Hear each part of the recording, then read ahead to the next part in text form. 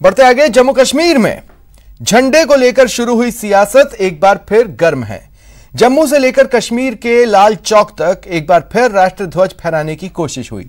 इस कोशिश में कई बीजेपी के कार्यकर्ता हिरासत में लिए गए, लेकिन देश विरोधी ताकतों के खिलाफ न तो प्रदर्शन रुका, न ही नारेबाजी।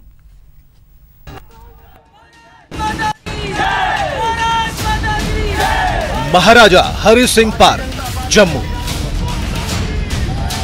जम्मू कश्मीर हिंदुस्तान था, है और हमेशा हिंदुस्तान रहेगा।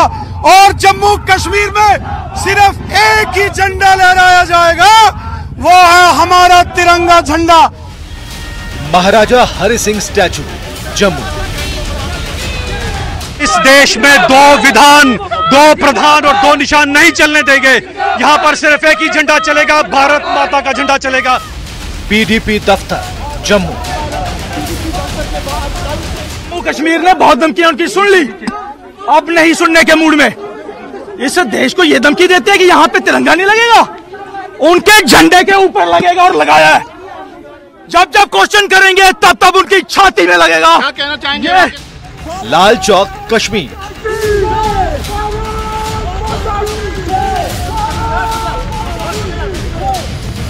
तिरंगे को लेकर बदजुबानी के खिलाफ पूरे जम्मू कश्मीर में गुपकार गैंग का विरोध जारी है। ये तस्वीरें कश्मीर के लाल चौक की हैं, जहां भारत माता की जय के नारे लगा रहे ये लोग बीजेपी के कार्यकर्ता हैं, जिन्होंने लाल चौक के क्लॉक टावर पर राष्ट्रीय ध्वज फहराने की कोशिश की। उसी दौरान बीजेपी के करीब 4 कार्यकर्ताओं को पुलिस ने हिरासत में ले लिया, लेकिन विरोध जारी रहा। पूरे प्रदेश में रैलियां निकाली गई। आपकी टीवी स्क्रीन पर रैलियों की ये 2 तस्वीरें हैं। बीजेपी कार्यकर्ताओं की ये दोनों रैलियां महबूबा मुफ्ती के बयान के खिलाफ निकाली गई। पहली तस्वीर जम्मू की है, वहीं दूसरी तस्वीर कश्मीर की, जहां टैगोर हॉल से SKICC तक रैली निकाली गई। तिरंगे को सल्यूट करना, तिरंगे के साथ साथ चलना, वो तभी मुमकिन होगा जब आपका कैलिबर वैसा हो। देखिए, महबूबा मुफ्ती आज के दिन में कुछ नहीं है, फारूक अब्दुल्ला आज के दिन में पार्लियामेंट में है, वो पार्लियामेंट छोड़ दे। ये सच है कि सियासत में मुद्दा कभी नहीं मरता, लेकिन सवाल है कि झंडे को लेकर अभी क्यों बवाल हो रहा है। तो उसका जवाब है ये तारीख। दरअसल 26 अक्टूबर 1947 को जम्मू कश्मीर का भारत में विलय हुआ था, इसलिए विलय दिवस के मौके पर झंडे की लड़ाई जोर पकड़ ली है।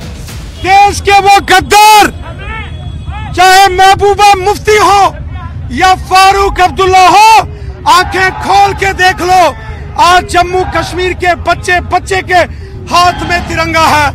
महबूबा मुफ्ती और फारूक अब्दुल्ला, आप देख लो, आज जम्मू कश्मीर के हर घर के ऊपर तिरंगा है। दरअसल 14 महीने बाद नजरबंदी से बाहर आई पूर्व मुख्यमंत्री और पीडीपी अध्यक्ष महबूबा मुफ्ती ने तिरंगों को लेकर विवादास्पद बयान दिया। आप खुद सुनिए वो बयान और बीजेपी का उस पर पलटवार। मेरा झंडा तो ये है, सामने मैंने रखा है। जिस वक्त हमारा ये झंडा वापस आएगा, हम उस झंडे को भी उठा लेंगे, मगर जब तक हमारा अपना झंडा डाकुओं ने डाके में ले लिया है, तब तक हम किसी और झंडे को हाथ में नहीं उठाएंगे। तिरंगे का जिसने जिसने विरोध किया है वो धूल धूसरित हुआ है। आपको बताएं कि फारूक अब्दुल्ला के साथ मिलकर महबूबा मुफ्ती समेत कश्मीर के कुल 8 स्थानीय दलों ने एक बैठक की, जिसमें अनुच्छेद 370 की बहाली का संकल्प लिया था।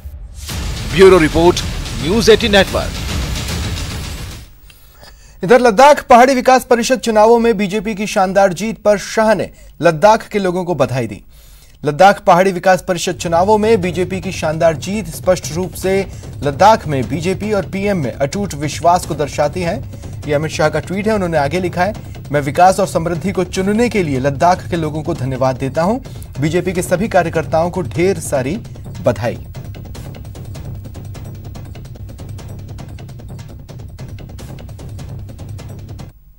वहीं बीजेपी की जीत के लिए भाजपा सांसद और प्रदेश अध्यक्ष जामयांग सेरिंग नामग्याल ने ट्वीट कर जीत की बधाई दी और कहा कि बीजेपी के लिए ये बड़ी जीत है।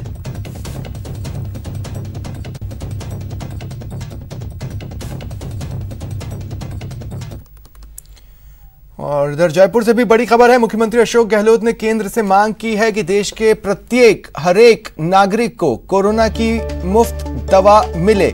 जब कोरोना की वैक्सीन बन जाए तो पूरे देश में एक एक व्यक्ति को ये वैक्सीन मुफ्त में मिलना चाहिए। मुफ्त वैक्सीनेशन की घोषणा केंद्र सरकार करे, ये उन्होंने मांग उठाई है। सीएम ने ट्वीट किया है और केंद्र से अपील की है। वो जो ट्वीट है वो आप अपने टीवी स्क्रीन पर देख पा रहे हैं। बिहार चुनावों में घोषणा पत्र में फ्री कोरोना वैक्सीन का जो वादा था, उसके बाद से लगातार बीजेपी पर विपक्ष हमलावर है और देश के कई राज्यों से मांग उठी है फ्री वैक्सीन हमें भी दी जाए। इसी कड़ी में मुख्यमंत्री अशोक गहलोत ने भी ये मांग उठाई है।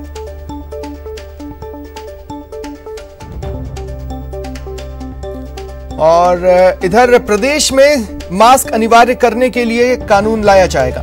सरकार कानून बनाने की तैयारी कर रही है। विधानसभा का संक्षिप्त सत्र, इसमें बिल लाया जा सकता है।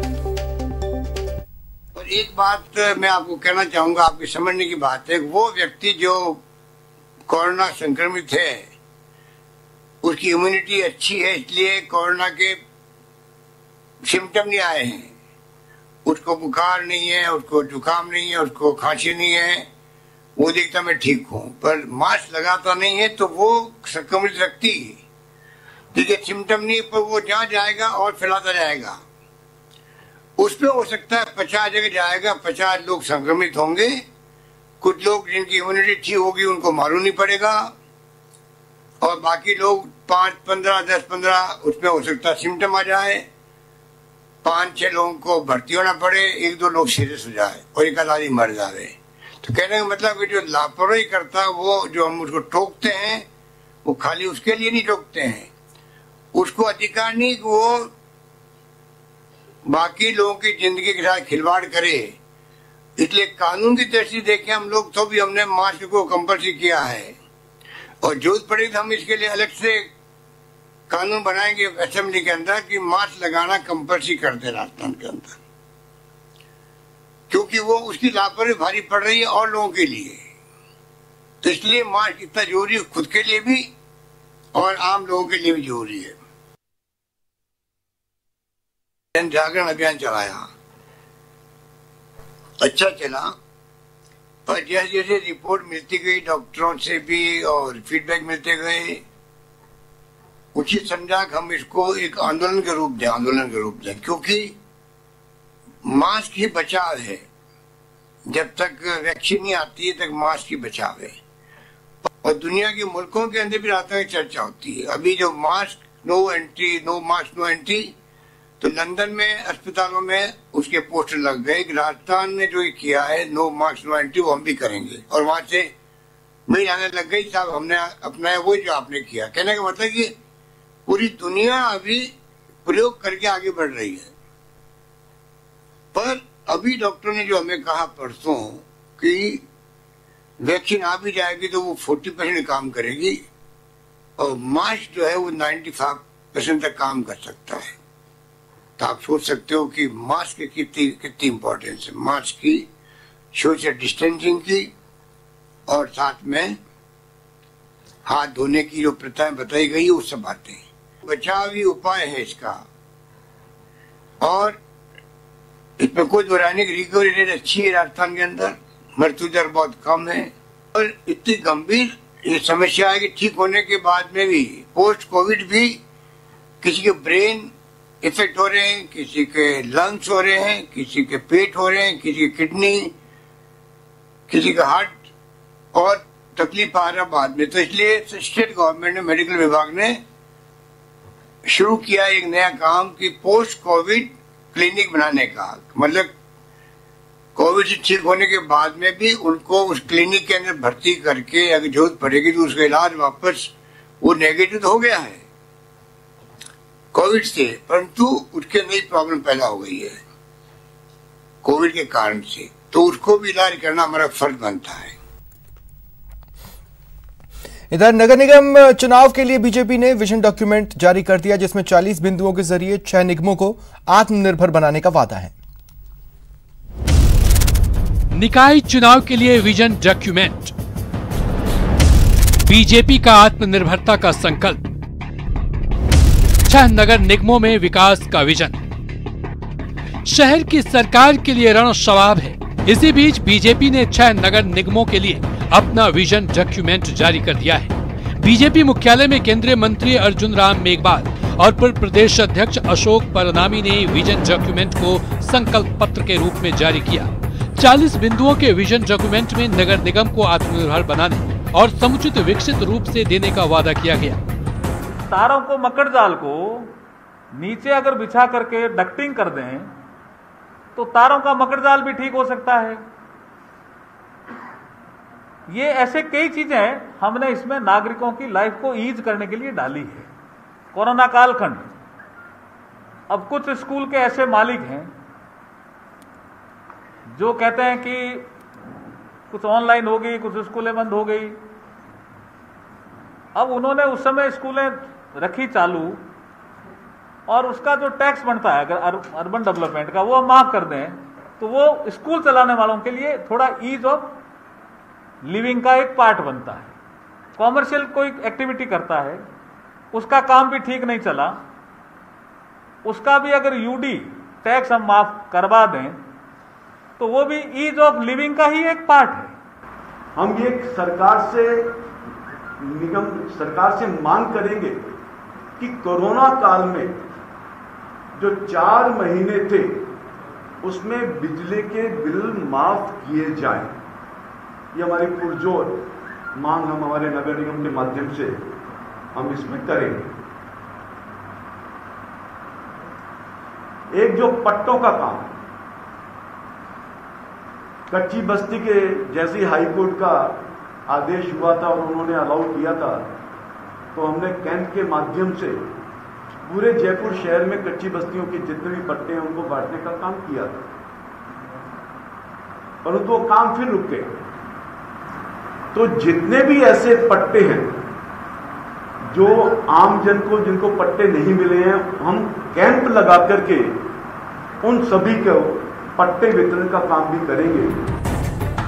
आइए अब आपको बताते हैं बीजेपी के विजन डॉक्यूमेंट में 6 नगर निगमों के लिए क्या क्या वादे किए गए हैं। सभी 6 नगर निगमों को विकसित कर आत्मनिर्भर बनाया जाएगा। कोरोना काल में स्टूडेंट्स की फीस माफी और स्कूलों से यूडी टैक्स नहीं लिया जाएगा। कोरोना काल के 4 महीने का बिजली बिल माफ कराया जाएगा। हर कॉलोनी में सड़क, हर वार्ड के सामुदायिक भवन और पार्कों को विकसित किया जाएगा। नागरिक बस सेवा के किराए में कमी कर ई बस सेवा का संचालन, सीनियर सिटीजन को मुफ्त यात्रा की सुविधा, महिलाओं को किराए में छूट। नगर निगमों को आर्थिक रूप से मजबूत करने के लिए विज्ञापन नीति बनाई जाएगी। शहर को जल भराव से मुक्त किया जाएगा। शहर की पार्किंग व्यवस्था में सुधार किया जाएगा। स्थायी रूप से रैन बसेरा विकसित किए जाएंगे। निगम में फायर फाइटिंग सिस्टम को लागू किया जाएगा। सामाजिक पेंशन योजनाओं के लिए कैंप लगाकर पेंशन सुनिश्चित की जाएगी।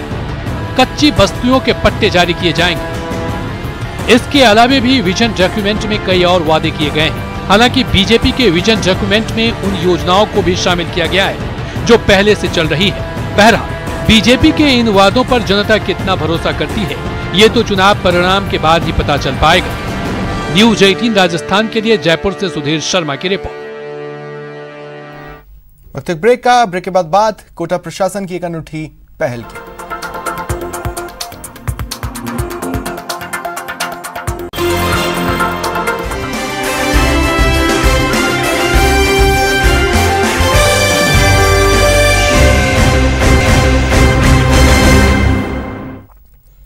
ब्रेक के बाद स्वागत है आप सभी का। हर आवाज उठाना है, समानता की अलख जगाना है, महिलाओं को हक दिलाना है, सशक्तिकरण का पाठ पढ़ाना है। इसी सोच को साकार करने के लिए कोटा प्रशासन ने अनूठी पहल की है। महिलाओं की जागरूकता, महिलाओं का हक, महिलाओं की समानता, महिलाओं का सशक्तिकरण, ऑपरेशन अपराध, सबका जवाब, एक आवाज, आवाज से आवाज मिलाओ। हर आवाज उठाना है, समानता की अलख जगाना है, महिलाओं को हक दिलाना है, सशक्तिकरण का पाठ पढ़ाना है। इसी सोच को आगे बढ़ाने के लिए कोटा में प्रशासन और सामाजिक संस्थाओं ने आवाज अभियान का शुभारंभ किया है, ताकि महिलाओं और छात्रों को जागरूक किया जा सके। इस आवाज़ के माध्यम से हम स्कूल्स में, कॉलेजेस में और गांव तक पहुंचने की कोशिश करेंगे और सबको बताएंगे कि वुमेन सेफ्टी के बारे में अवेयर करने के लिए। आपको बता दें कि पुलिस ने करीब 6 से ज्यादा सामाजिक संस्थाओं के साथ आवाज अभियान का शुभारंभ किया। सिटी एसपी गौरव यादव ने लघु फिल्म और पोस्टर का विमोचन किया ताकि महिलाओं को अधिकारों के प्रति जागरूक करें।